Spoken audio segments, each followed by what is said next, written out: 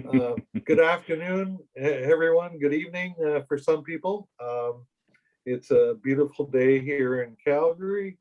And this month, so this is the September edition of the Building Operator Association monthly meeting. And this month, we were privileged to have put together a discussion about, I guess what it is the term building operator / power engineer a trade or a profession? And then what that kind of relates to is a little while ago, I think probably a couple of years ago, we had a presentation by Peter MacHardy, and we were talking about this Red Seal program and stuff. And so this is kind of a furthering on of our previous discussion on this. And so what it is yeah, and it's not a problem there, is that we just want to continue on with where we are with building operators. Nobody's really satisfied that somebody that is trained, is certified, is competent. And that competency is got to come a little bit one step further. We know that the regulators, they try their best. We're already into 2020. So here we are 40 years behind today. And so we need to step up to the future. And the future is really open to anybody. And so MediaEdge has taken a step forward along with PMIC, which was formerly BOMI Canada, and put their hand up and said, look, we have an idea, let's look at it. And so that's what we're here today is. We're just going to take a look at what this idea is. We're going to raise the flag up and we're going to see who salutes. That's not a problem. So I'm going to turn it over to you, Chuck. And this is our inaugural meeting, and I think it's a good one to start with. So Chuck, I'm going to turn it over to you. Say hello. Thank you, Les. Hi, everybody. Thanks for joining us today. We're quite excited to present our Building Operator Designation program to you. I'm Chuck Nervik. I'm Senior Vice President with MediaEdge Communications, and we're partners with the PMIC, the Property Management Institute of Canada. I'm joined today by Peter MacHardy, the Chair of the PMIC, and our building operation instructional designer and director, Carlos Alonso. So Peter, I think it would make total sense for you to give a little bit of background to everybody joining us today as to where things were, where we stand today, and then I'll pick it up after you're through. Awesome. Thanks, Chuck. And BOA and Les, thank you for the opportunity to present our Building Operator Certificate and Designation program. I'd like to start off because I really want to connect with people that are online here with a few things about me. Born in Montreal, moved to Calgary in 1999 as a director of Alberta Property Management for GWLRA.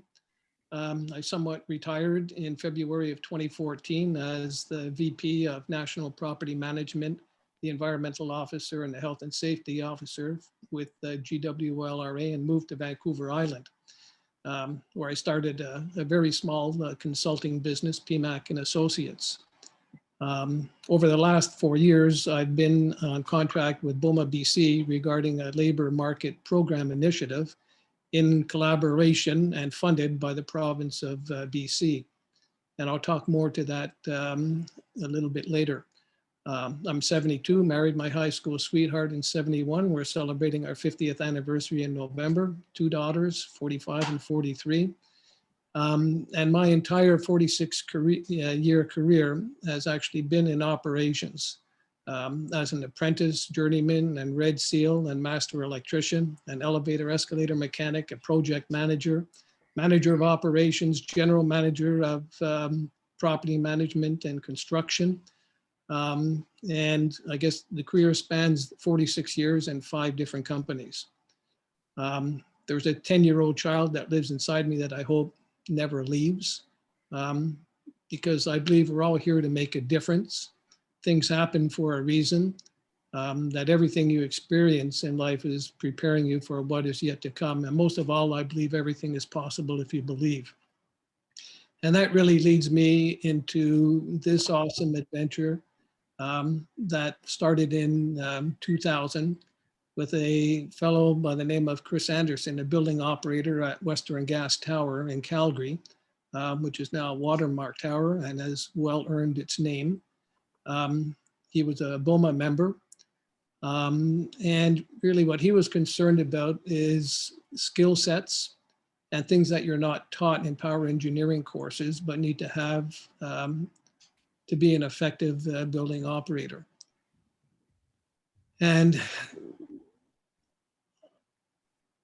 I've been involved with this building operator development program on and off for some 20 plus years.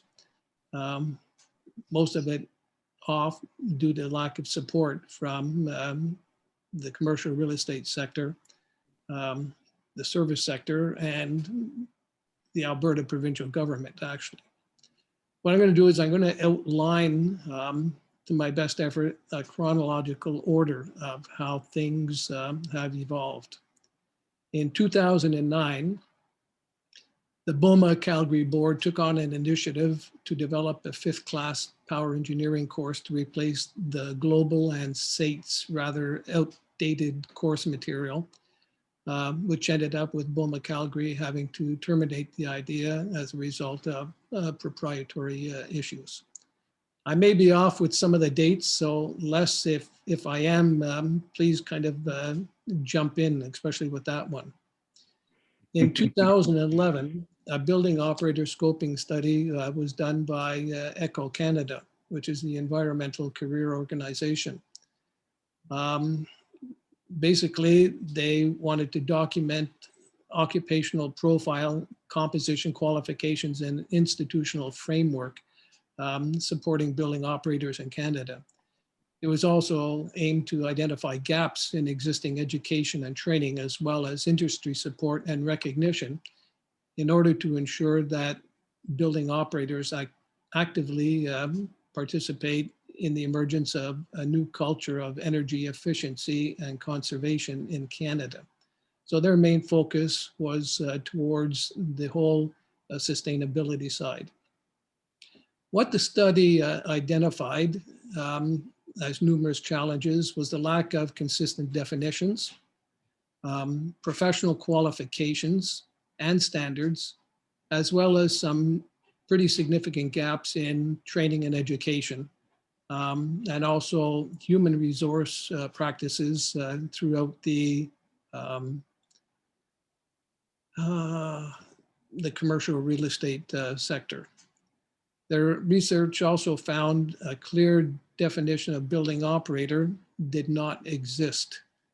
And if you look at the national occupation codes put out by the federal government, you'll see that it's really not in there anywhere. You have to go to a whole bunch of different areas. Some of them are in the building superintendent side, where it's like a janitor position. We all know that that's not acceptable. There was no common framework for defining the positions and the roles, the responsibilities, the qualifications of what building operators do, along with common misinformed perception that I had mentioned, that building operators have responsibilities similar to custodians, which has had, I would say, probably an impact on the profession to attract skilled and qualified candidates. It also identified that various educational and training programs for building operators exist in both public and private spheres, but they remain fragmented and do not appear to meeting the needs of the industry. The educational and training development program is lagging significantly behind technical advances in building systems. It also identified that there is clarity needed for a more coordinated approach to training to meet the emerging needs of building operators and to enhance the credibility of the profession. There is an agreement in general that as the profession becomes increasingly more technical and specialized, that we will be facing a labor shortage in 5 to 10 years if significant changes are not made. Also, there's a significant need for increased collaboration among sector stakeholders involving governments, associations, industry, and educational institute.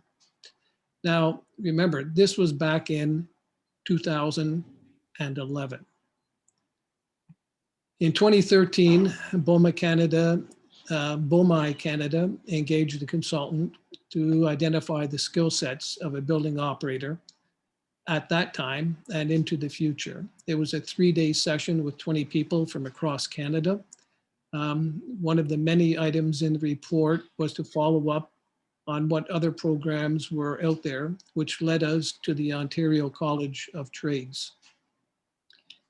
Between 2014 and 2019, BOMI Canada worked with the Ontario College of Trades to update their training standards, developed a curriculum, and updated their provincial exam. Our building operator designation program and curriculum and content is based in part on the Ontario College of Trades program and has been expanded. In 2018, we, BOMI Canada, conducted a strategic planning session with the results of feedback from a survey of over 750 students, non-students, industry leaders, and operations personnel from both small and large companies across Canada. The results were that we were not meeting their needs. Courses were too long, too much duplication. In some cases, it was too American. The need for more relevancy and the need for quicker accessibility of information. That there was also a need for more online courses and being able to take the courses at times that best suited them.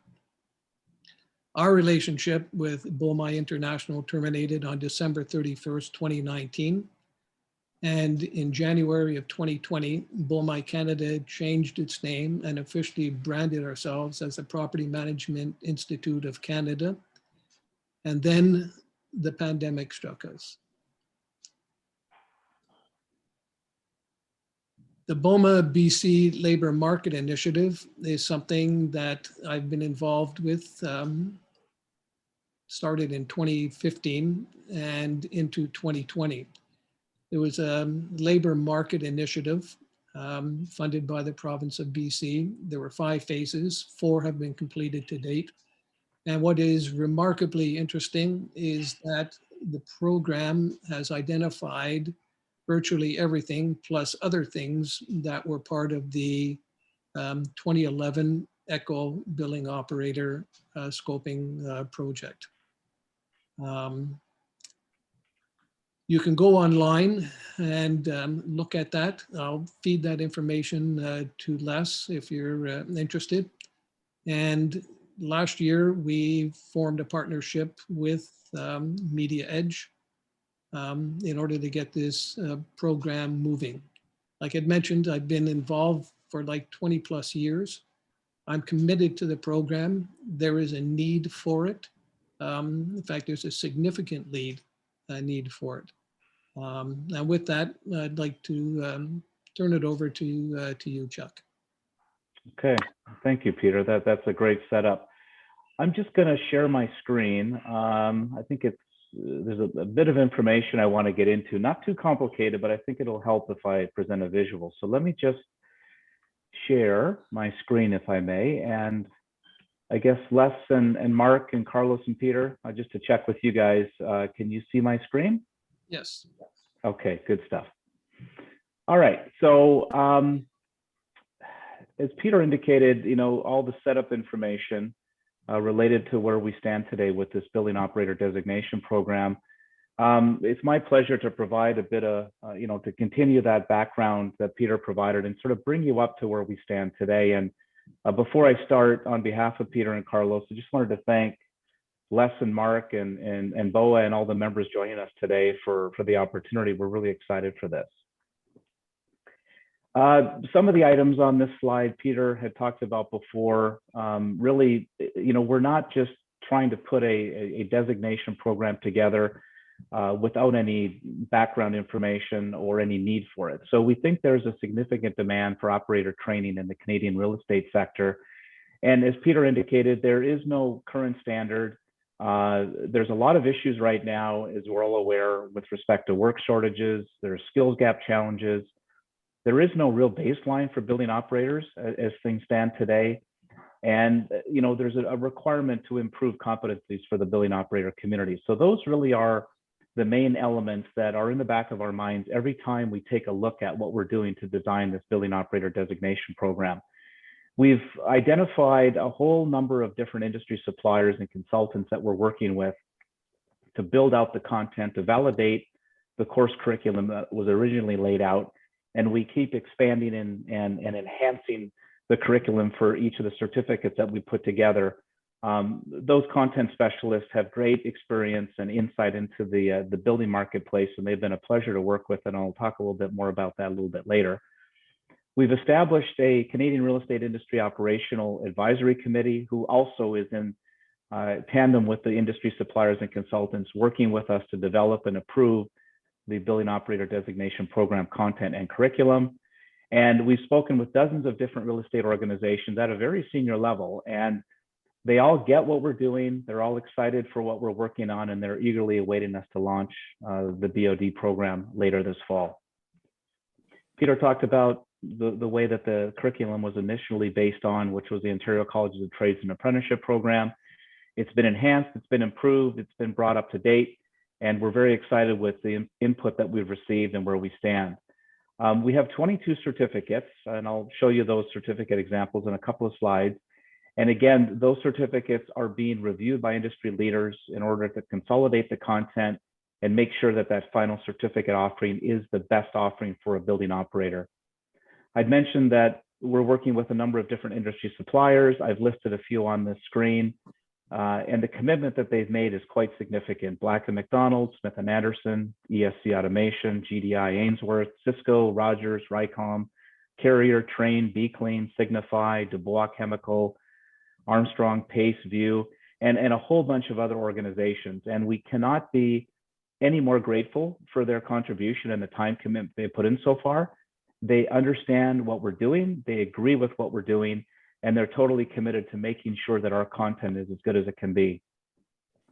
Although our partnership is relatively new between MediaEdge and the PMIC, we've already established partnership relationships with the Building Energy Innovators Council, the Institute for Real Estate Management, IREM, BOMA BC, ASHRAE, the Continental Automated Building Association, and there's a number of other associations that will be added as partners to our mix as we move forward. So obviously the association space understands the importance of what we're working on as well.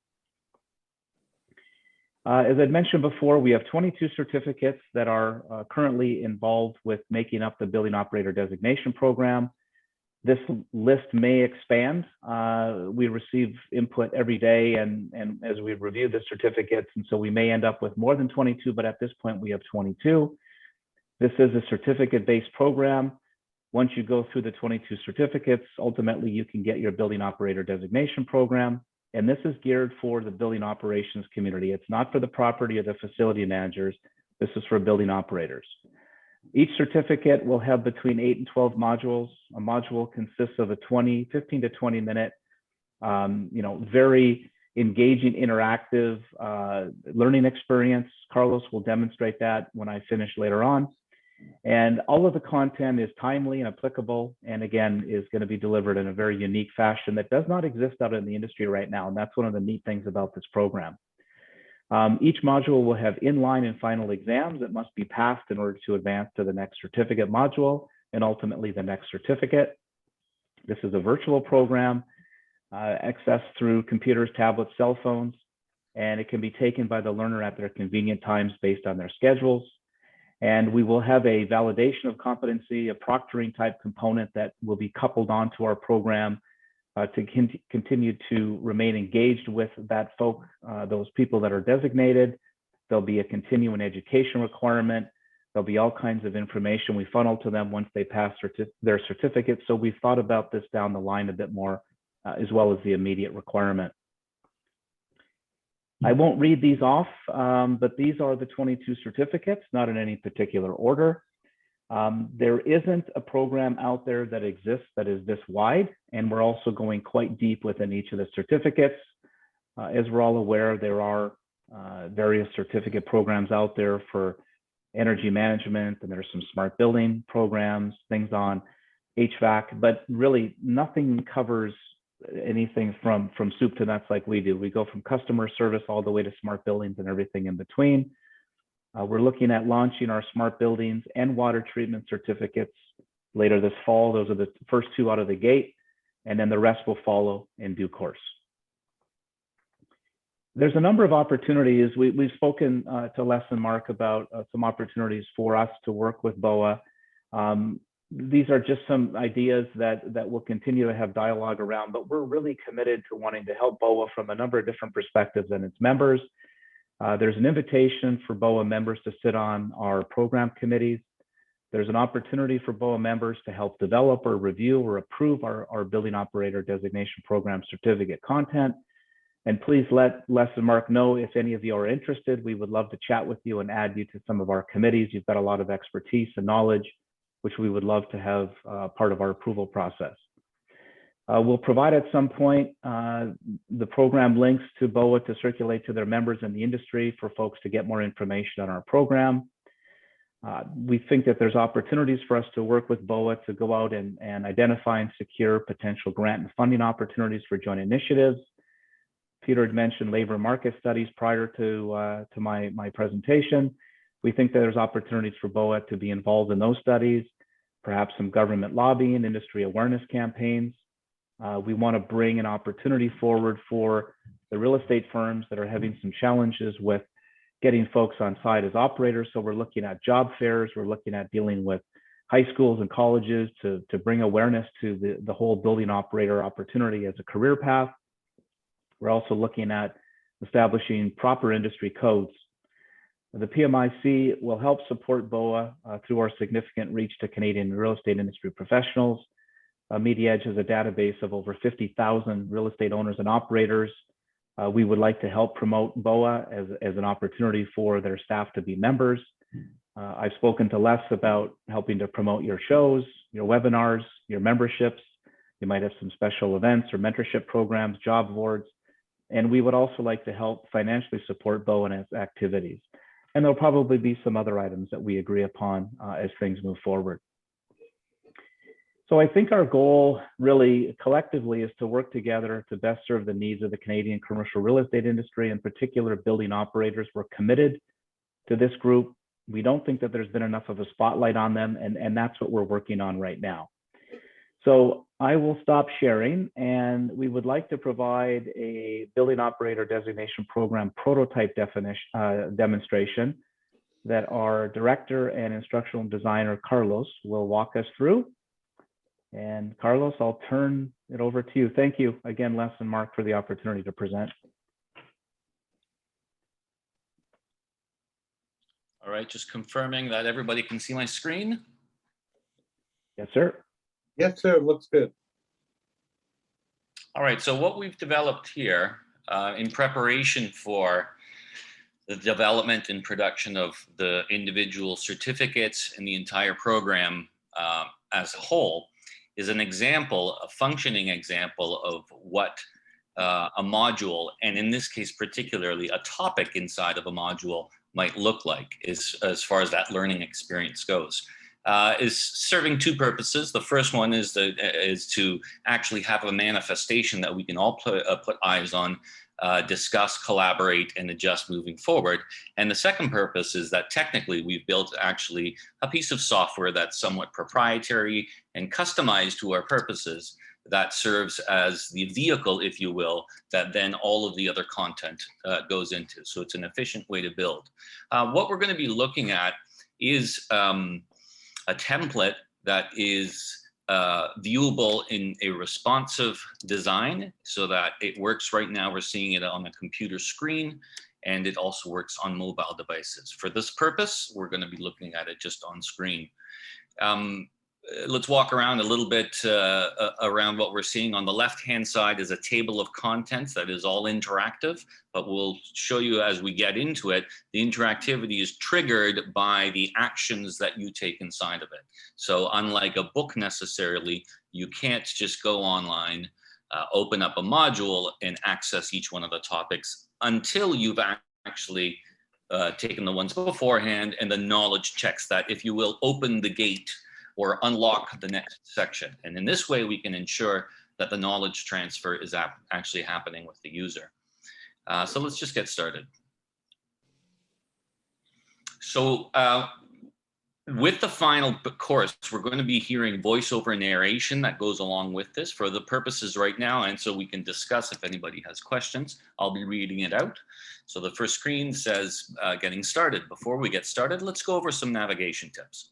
You can complete this module on your desktop or mobile device. Use the menu on the left-hand side of the player to access helpful tools like the glossary, notes, and additional resources. Use the next and previous buttons to navigate through the slides.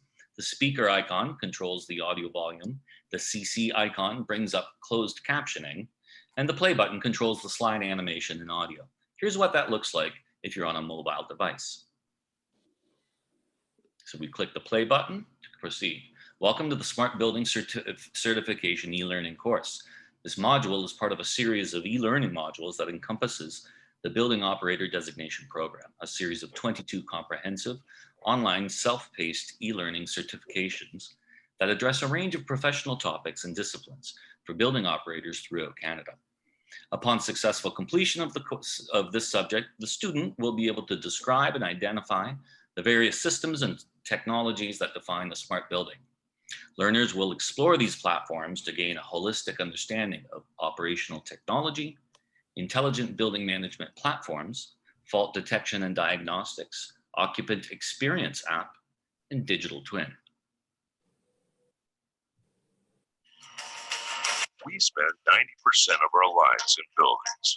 Should they be perfect places to live, learn, heal, grow, or innovate? Buildings can be smart, like driverless cars, planes that fly themselves, or our smartphones that control home lighting, heating, and security systems. But will a building continually run analytics to detect equipment failures before they happen? Or anticipate security needs based on trends and predictive movements of its occupants? Or create smart spaces where shades adjust when the sun is shining directly in the windows? Today, buildings produce thousands upon thousands of data points each day, which literally creates a pool full of data. But in fact, the most important and useful data would fill only a cup. Just have to know which cup is most important. Tomorrow's buildings will be autonomous. They will always be learning, always be awake 24/7. Days, nights, holidays, and weekends. They will continuously adjust based on the current environment and requirements. And autonomous buildings will let your occupants focus on what they are passionate about. Just watch what your building might uncover using deep machine learning and artificial intelligence. Interesting. The power this van is using seems a little high. We may be using electricity we don't need. Confirmed. The power consumption has been increasing steadily recently. Checking the environment. The supply temperature and static pressure are within acceptable range of set point. Fan output is at 76%. All appears to be normal, but the fan output is definitely higher than usual. Checking service records. 10 months ago, the fan belt was tightened. Here is the part number and life expectancy. I see it was last replaced 5.5 years ago and have identified the runtime of the air handler. Based on this intelligence, the belt has exceeded the normal runtime and is probably slipping. This is serious. The fan is in one of our most critical building spaces, and any downtime will cost us much more than the price of the belt. There is not a belt in our inventory. Ordering replacement. And I have notified our facility engineering department with all the necessary intelligence. As you can see, autonomous buildings learn. And the more they learn, the more autonomous they become, changing from strictly a cost to an asset. All right, and then as the video plays, I'm hoping you can hear the audio. It's going from the speakers on my laptop into the microphone. Certainly the actual online experience will be direct, and the resolution of the audio should be quite perfect. So the video finishes, it takes us to the next slide.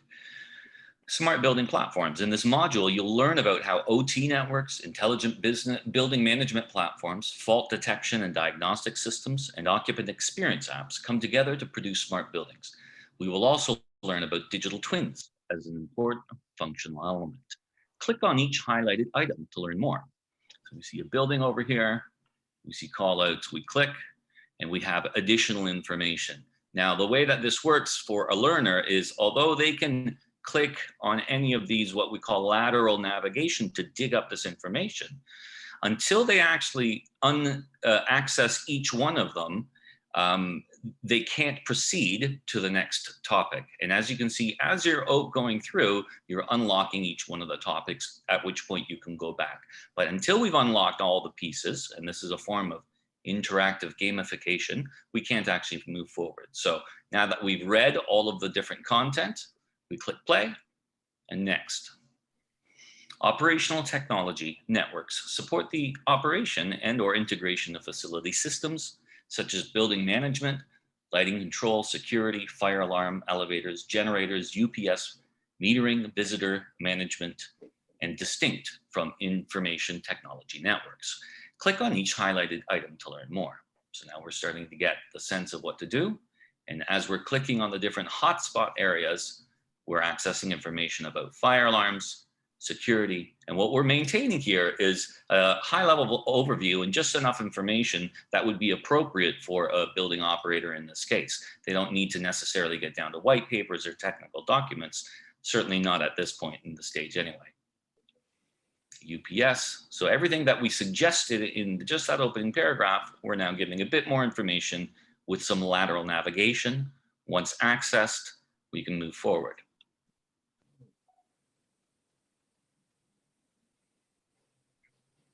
Intelligent building management platforms utilize software hosted on either on-premises servers or in the cloud via software as a service. They combine and connect wireless technologies through internet gateways with connected systems and mobile devices. So we see a diagram that illustrates what we're talking about, something to study at your leisure interactively, and then move forward. In this case, we have some additional information in the form of fairly traditional bullet points.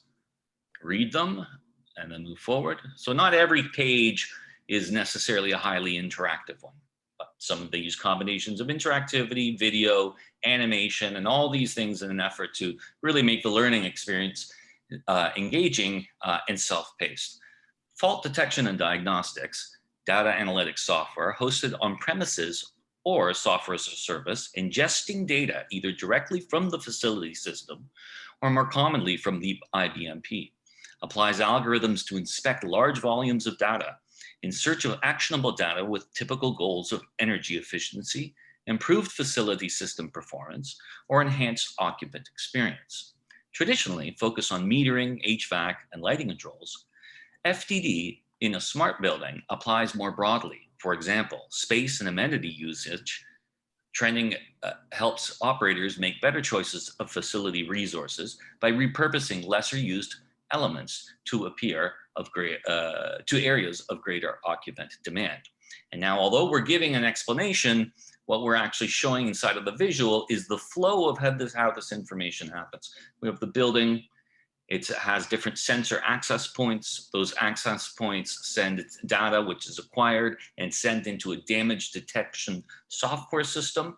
That system sends information into the cloud, which is processed and archived in the cloud, which is then accessible using wireless technologies on mobile devices and or office computers. So now that we've read all that, we continue forward.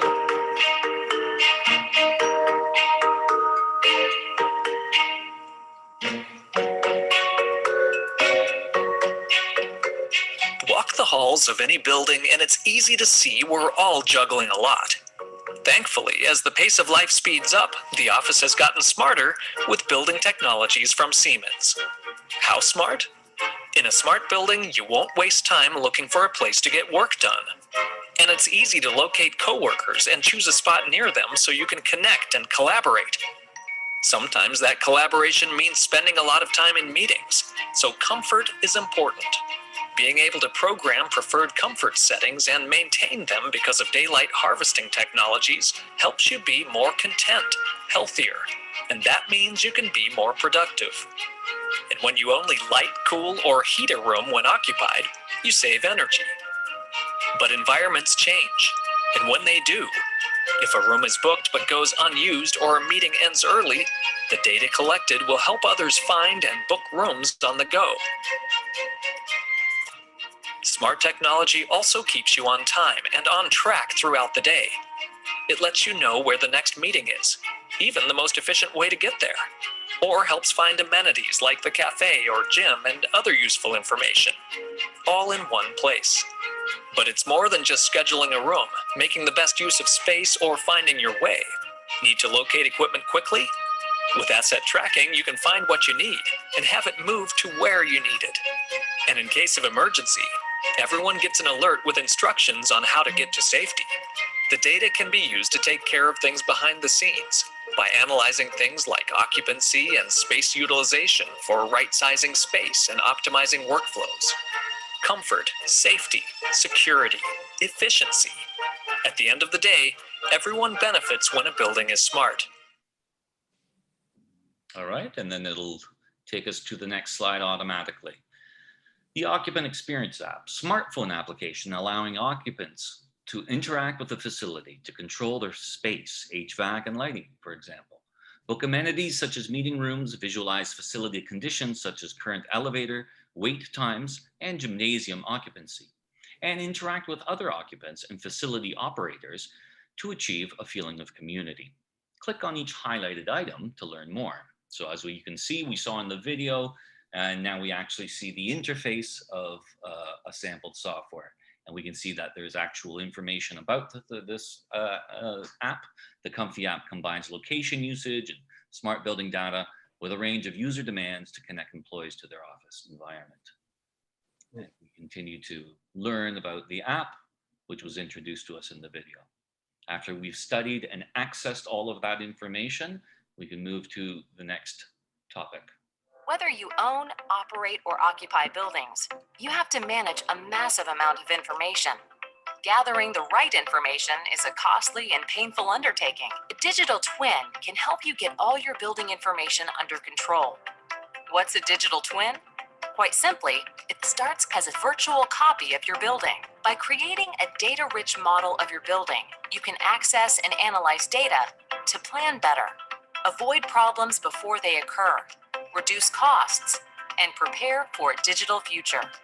A digital twin can integrate with all of your existing systems, creating a single, unified building information database.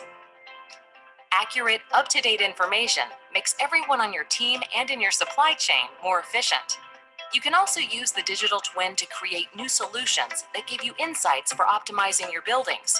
You can transform your workplaces by combining the power of IoT with the context of spaces and assets in the digital twin, giving you new insights to improve building utilization and performance.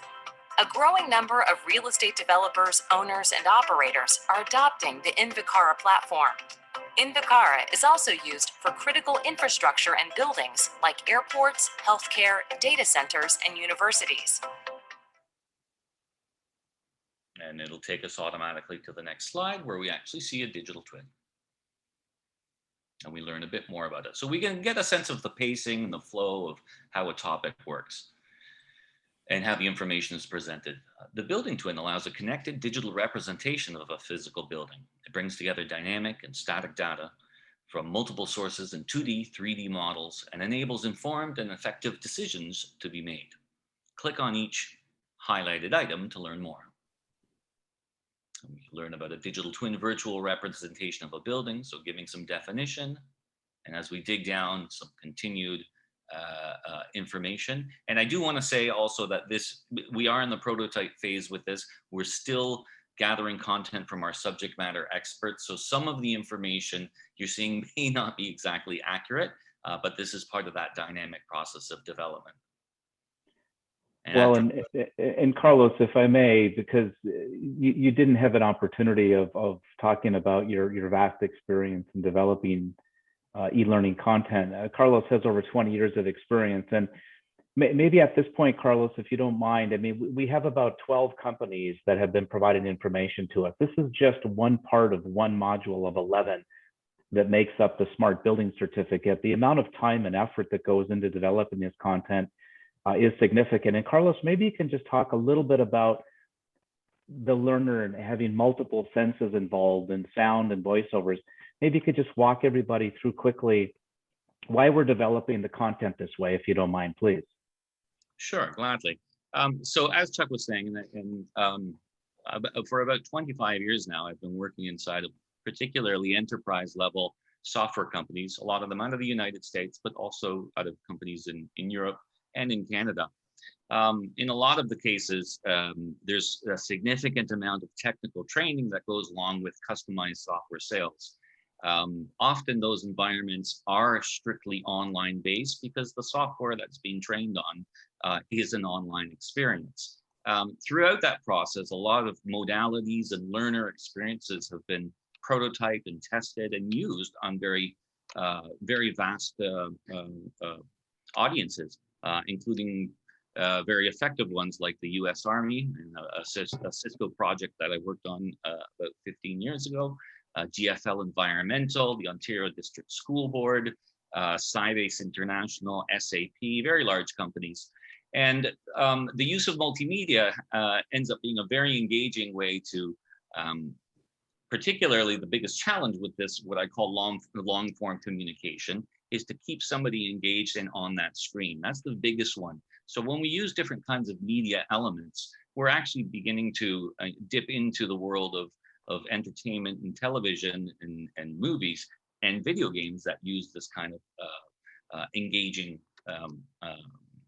kinesthetic elements. The other part of it is that when we allow users to literally interact with that environment, and as we're seeing here in a very simple case, that they're digging in this lateral navigation for accessing that information, and we connect that accessing of information to the ability to move forward into it. So now at that, we've cognitively engaged somebody and forced them essentially to interact with the content. And then the third piece is what's happening in the background. With all of the actions that are happening, we're actually tracking, not dissimilarly from what the topic talks about in this prototype, we're actually tracking user behavior. That allows us to really update and inform how our training is working and where some of the information pieces aren't necessarily effective and where some of the successes are. And all of that rounds it out to, after we've learned something inside of a topic, it takes us to a knowledge test.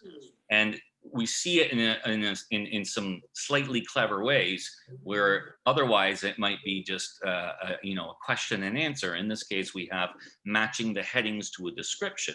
So an Occupant Experience app, I believe, is an application that allows occupants to interact with a facility, and we drag things into place. A digital twin is which one? Is this one? And we drag things around and we let users use this kind of gamification sort of approach. There's different ways to actually move your information around. Although this, in this industry and part of this digital transformation, this is something that is somewhat unique. It's actually fairly typical inside of corporate enterprise level training, technology, high technology companies, and leading academic institutions around the world. So I think we're having the opportunity with what we're building here to take this learning experience using very effective methods. So we answer the question. In this case here, we tie back into a database, but it's a prototype, so we don't have that set up. I have one question here. Carlos, and it sort of relates to what you're speaking to here in a way. And it was asked a little while ago, actually. But anyway, it was somebody had answered it, but what Chuck had answered it, but it was the question from Kevin Delahunt was the PMIC stands for Canada. What building operating educational programs are available in the US and Europe, and is there an opportunity to consolidate these programs? So what you were kind of referring to then is there are some opportunity, just referring to your background, which is an international one, and this type of software is not unique to Canada, then obviously then there is some opportunities for this whole thing to launch from Canada and be used more in a more global fashion. And Chuck had answered the question, but maybe you have some comments about that, for our audience here. Well, Carlos, before you jump in, let me jump on that real quick and elaborate just a touch more, Mark. So one of the association partners that we work with is IREM, the Institute for Real Estate Management. We engaged them about 4 months ago.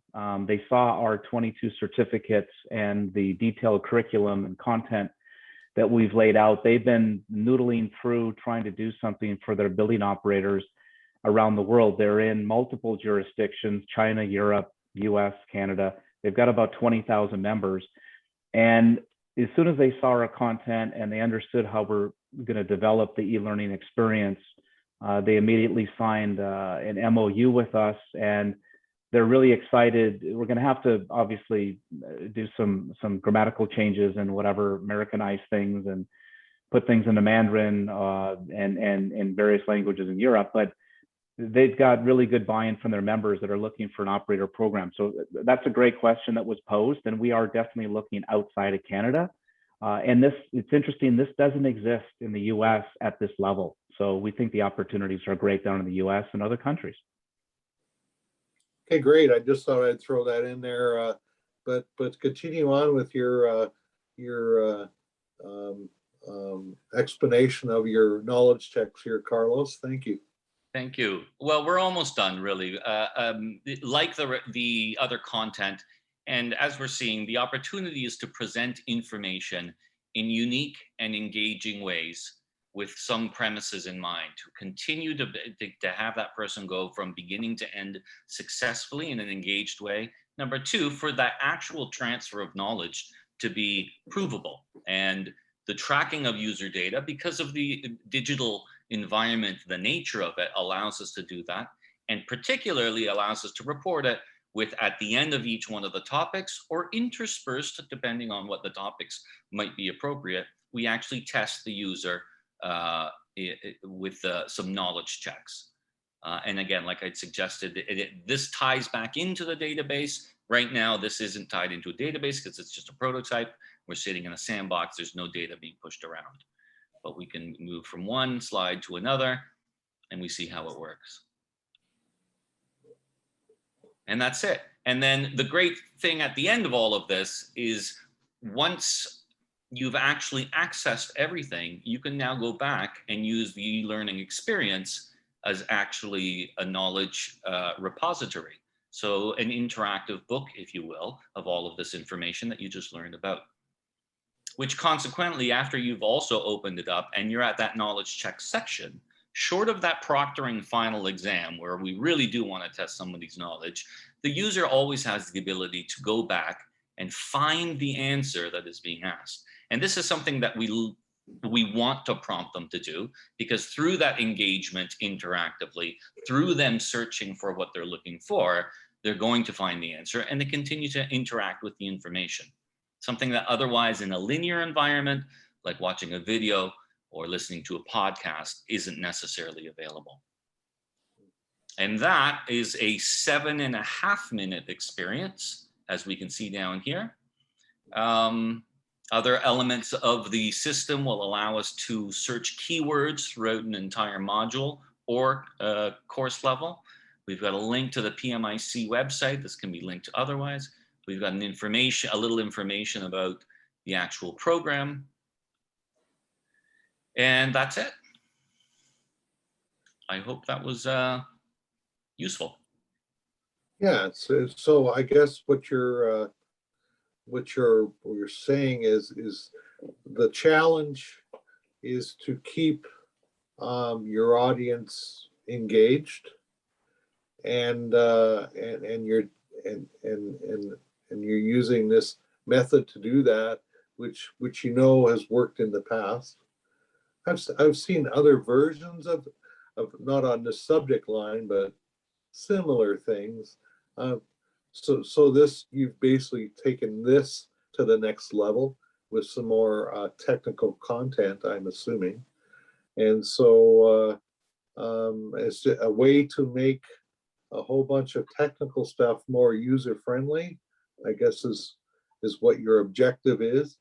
And you know, admittedly, some of the stuff is dry, but the fundamentals you need to know before you can move on, right? So so then for each module, then there's a knowledge check, and then a test, I guess, before you move on to the next certificate. Is that how it works? Yeah, so at the end of all of the modules, and we have yet to design that part of it, but the architecture of it will be that at the end of all of the modules, there will be a certificate-wide global test. And then that may or may not involve some virtual proctoring mechanism that we're about to invent to really warrant the award of that certification at which point. Yeah, the other interesting thing that Chuck had alluded to is after you go through all the certificates, then there's some opportunity to expand your knowledge further from that. You know, that could look like many things, I guess. The sky's the limit. But you know, you could still use this to access more information or more knowledge. Is that correct? Or yeah, that is correct, Mark. Exactly. So once somebody goes through the 11 modules for the Smart Building Certificate, as an example, or for any of the 22 certificates, once they get that badge that they've got their Smart Building Certificate, the 15, 18 companies that are involved in helping put the content together are going to be available to be able to answer questions posed by the building operators that hold their Smart Building Certificate. And at the same time, not only can those questions be answered by industry specialists, but we're going to continually feed those certificate holders with updates on smart building new technologies, white papers, case studies, building codes, anything that relates to that smart building certificate is going to be funneled over to those certificate holders for every certificate they get. So they remain connected and updated with information. They remain engaged, and it's all part of their renewal process to retain their designation in terms of continuing ed credit.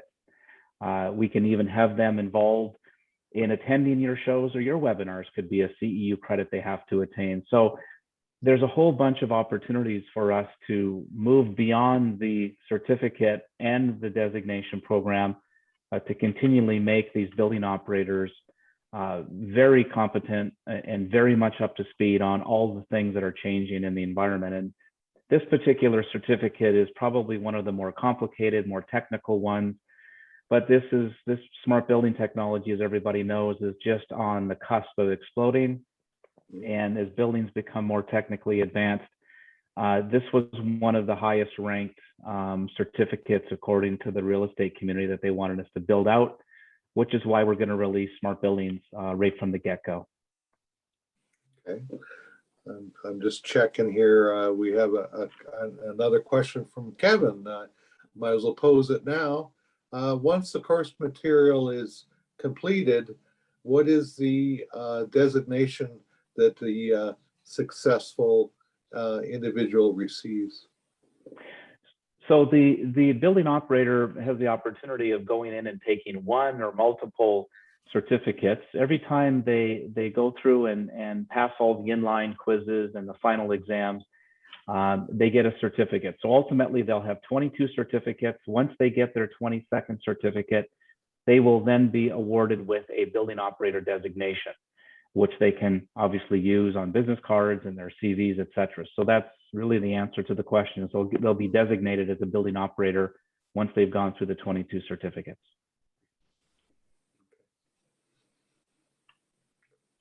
Yeah. So, Les, are you still with us? I am. Do you guys intend in the near future to issue a syllabus? Sorry, Les, elaborate a little bit more on that. Like you say that you are sketching out smart buildings, but the operators need to see what the complete course is going to look like. And so that would start out with you guys developing some sort of a syllabus that they could judge. And out of that syllabus would be the curriculum that would be required for learning. Yes, we have done that on several of the certificates, and we have the sort of the initial information. We haven't started working on all 22 certificates. We're focusing on 4 or 5 of them right now, but we do have the syllabuses for water treatment, smart buildings, customer service. And so, yes, we do have a syllabus, and that will be able to be reviewed by a building operator prior to them jumping in and registering to take a certificate. So 100% we've done that. Yep.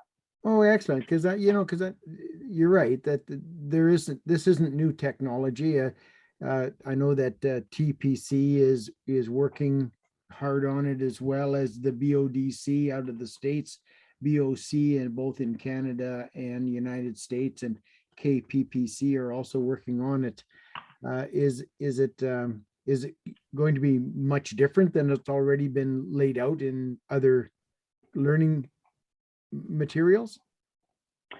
Again, the initial stab at laying out the certificates was based on the Ontario Colleges Apprenticeship Program and input from the real estate community. So what we're doing is we're taking those certificates that we're focusing on, and we're sharing that information with industry suppliers, consultants, and real estate professionals to gather their input to make sure that that syllabus or that course outline makes sense, and the way that we've structured the modules.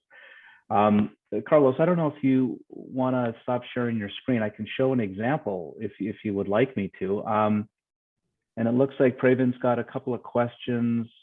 So right now, before I get into the syllabus, there's a question on the cost. So what's interesting is there's certainly an opportunity for a building operator to go on their own and register to take a certificate. The cost that we're looking at per certificate, and again, 8 to 12 modules, a number of hours to get a certificate, is going to be about $250. But what's interesting is the real estate industry is looking at this program to possibly present over and to use for their building operations staff, where there might be hundreds, if not thousands, of operators that are part of their staff. And there'll be some price discounts, group discounts based on the number of registrations. So the price generally is around $250 per certificate. Praven, thank you for that question. Yeah, so I guess what I could do, if you want me to, is I could show you the outline for the smart building certificate. It sort of starts with a spreadsheet. What are the modules? What are the definitions? And then each of those modules then gets fleshed out into a 2 or 3 or 4 page Word document with all the details. Once that information comes in, we revalidate that with the consultants and the suppliers and the operational group. And then we present the information back over to Carlos to do a storyboard. And then we begin to grab the assets such as videos and images and text descriptions, graphs and charts. And then we lay out the actual e-learning module. So, I mean, I could share some of that syllabus information with you, Les, if you'd like to see it offline and for review. And we can talk about that and how we could best utilize the operators that are already existing. I know in Ontario it is difficult because building operators have become somewhat redundant as a disciplined because they've deregulated so badly, but there still is more buildings or more jurisdictions than there aren't that still are using building operators with old material and certifying them. So we want to make sure that we're following the existing syllabus in some fashion, as well as the updating what we already know is to be deficient. There's so much deficiency in our learning that needs to be addressed. And I don't know if you want to run parallel to that, or if you want to separate yourself from the regulators and just go on to what BOMA Ontario has done and just gone and looked after themselves and said, we don't need you, we're going to look after it ourselves. We'll have responsible people and we will train them ourselves. I mean, where we're going. You know, ultimately, as difficult as it is, you know, to be frank, to work with the various levels of government, whether it's municipal, provincial, or federal, we want them to recognize what we're doing. I mean, Peter addressed the significant issues that exist with skills gap and work shortages. So we need the government to know that we're working on something. Now, whether we strive towards developing some form of apprenticeship program for building operators and a red seal component at some point, we're not throwing anything out. We think the more stakeholders that we have engaged, the more people that know what we're working on, we think that that's going to be a benefit to all the industries that are involved in this particular program, if that answers your question. Yeah, well, we want to buy in, and but we got to know what the table stakes are. Yeah. Well, and we've also got to recognize if somebody has gone through their power engineering level 4, level 5, and recognize that they've gone down the path, and some of the HVAC and energy related certificates, they may not have to take all the modules. So we're in the midst at looking at a number of different programs that exist out there, the BES program, the BOC program, the SMT, all the various and sundry power engineering levels. And we've got to put a matrix together and say, hey, you don't have to go through our heating certificate at the level that someone that doesn't have power engineering level 4 does. And these are the modules you have to take, and this is the price accordingly. So there's some of that identification work we still have to do. Well, it seems to me that I know it was 2 years ago, Peter, that you and Jim Preece had made a presentation. It seems to me that you guys got some serious boots on the ground and are starting to walk forward. So it's of interest to us. We already acknowledge that what we have is insufficient to do the job in buildings today, that the buildings are smarter than the operators. We need some comfort level that the buildings are being looked after and we'll see them to the very end, because right now the buildings are smarter than I am. Which Peter, is you're on mute. a lot about buildings, but So there was a question about the.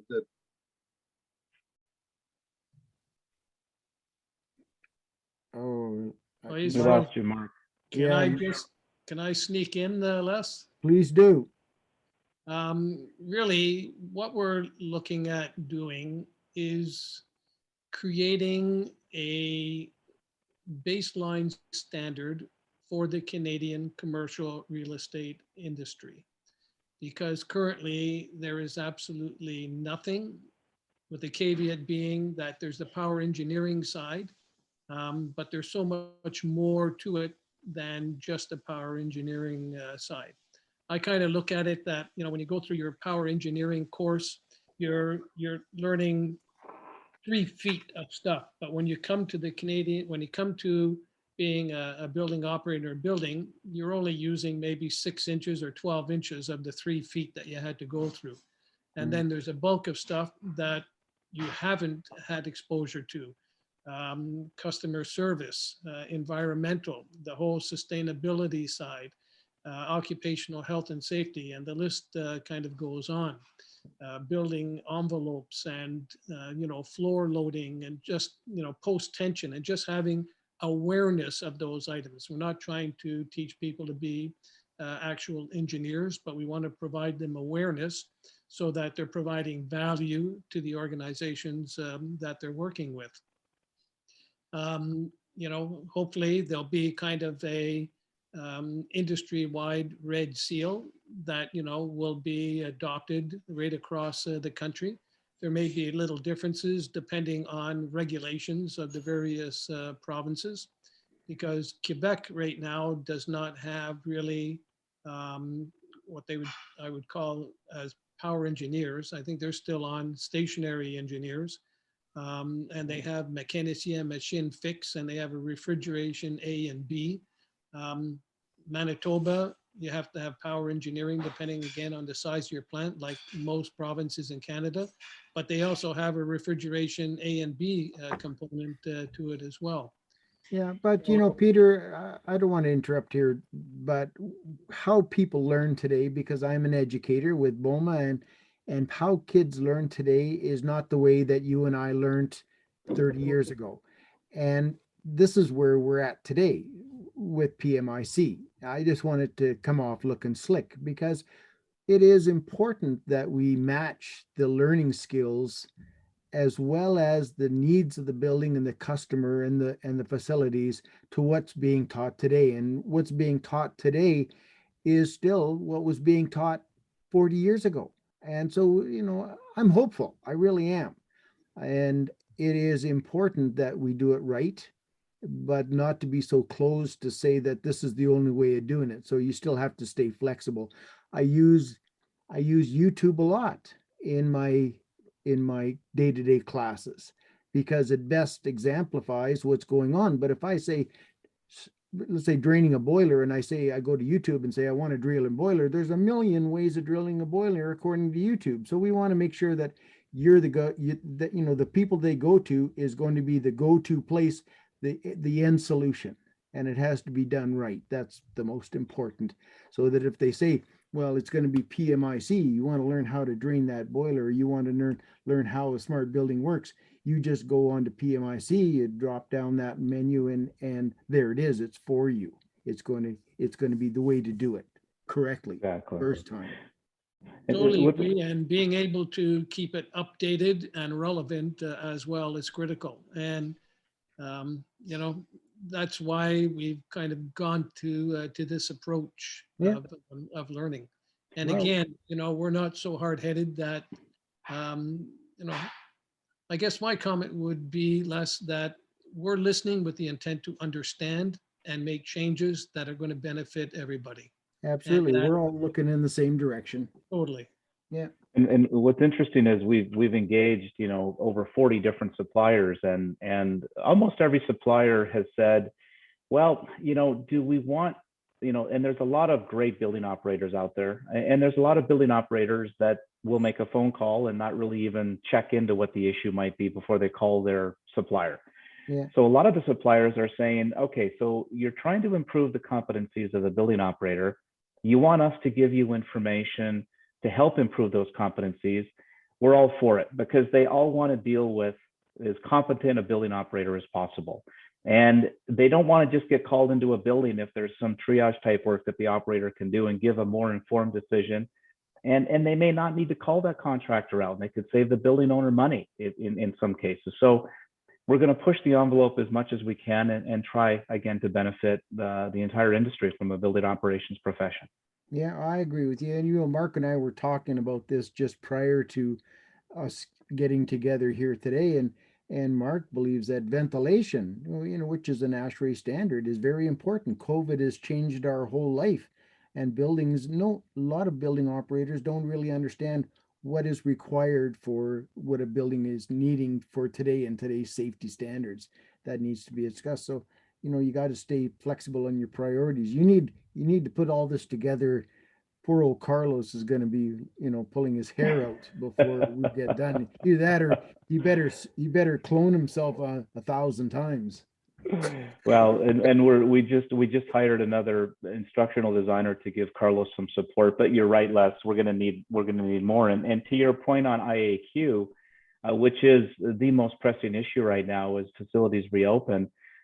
We had conversations with 8-9 different companies the last 4 working days, and I was introduced to 2 new technologies I had no idea existed that are not HEPA filters. They're not UV. They're into this diffusion. Like there's all these neat technologies out there that are being approved by ASHRAE, and the federal government of Canada just bought this new system called Pure in all their facilities. So the more people we talk to, the more information we gain, the more we filter into the industry, the more benefit it's going to be to everybody.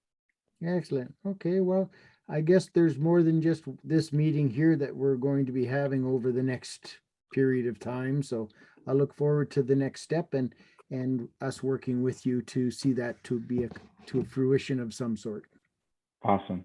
And if any of your members want to sit on some of our committees or even would like to review materials and provide input, we would love to engage your members, and obviously you and Mark as well, Les. Yeah, well, you just put a little advertisement in our magazine as to what number to call or. Is the outside back cover taken for the next issue? I don't know. You're gonna have to call the editor for all that stuff. I can't make that decision, but. Well, have the editor call me. We'll take an ad in the next issue, 100%. Excellent. Oh, good. Thanks a lot. I appreciate it. You got it. Well done, Les. Consummate salesman, I'm sorry. I can't help Okay. myself. We're poor. Even church mice thinks we're poor. So, well, I was going to say, if whoever's on this webinar today would like some additional detail, please, Les, Mark, feel free to pass over my email address. I'll get them whatever information they want quickly. And thank you for the opportunity on behalf of Peter and Carlos. We really appreciate it. Excellent. And I'd like to make a little blurb for our platinum sponsors of Epic Building Services. I see they're here.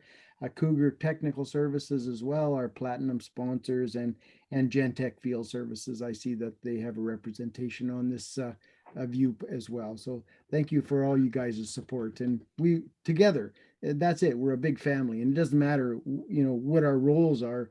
Put us all together, and we're going to be one hell of a good operator. Excellent. Well, couldn't say Here, it any here. better, Les. Good. and I also would like to take this opportunity while we're talking about being poor as church mice is everybody should have got their invoices in the mail. So please, if you can, sign up for the dues for this year coming up. Yeah. And they're inexpensive, but vital to keep this going. That's right. So there you go.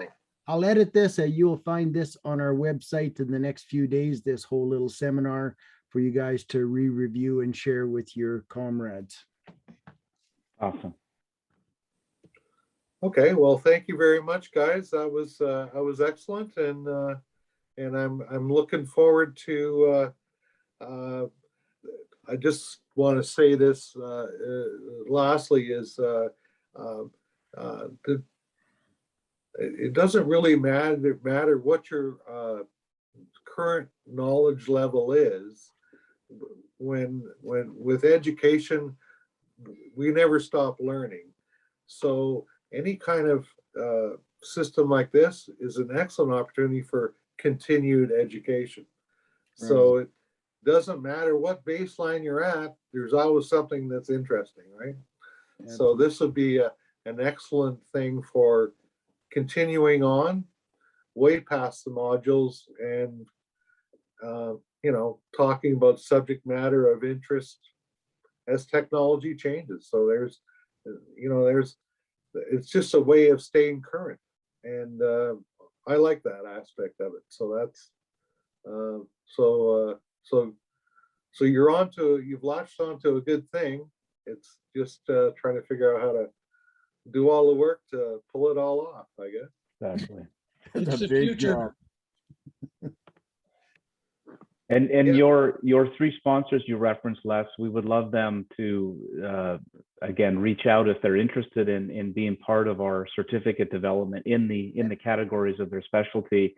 And all the suppliers involved, the consultants involved, are receiving some great kudos and thanks and recognition in front of the building operators as they move through the certificate. So we'd be more than happy to talk to your sponsors as a derivative and a benefit to supporting BOA as well, have them part of these certificates. Yeah, excellent. Well, Kevin, you heard that. Filtration is very important. Yep. Okay, well, I guess that Okay. pretty much wraps it up. Thank you again very much for an informative and interactive webinar, and I'm looking forward to continued conversations on this. So this is good. All right. Thank we'll see you in the you. movies. Thanks, guys. All right, thank you very much, everyone. Have a great Cheers. night. Talk Cheers. to you next month.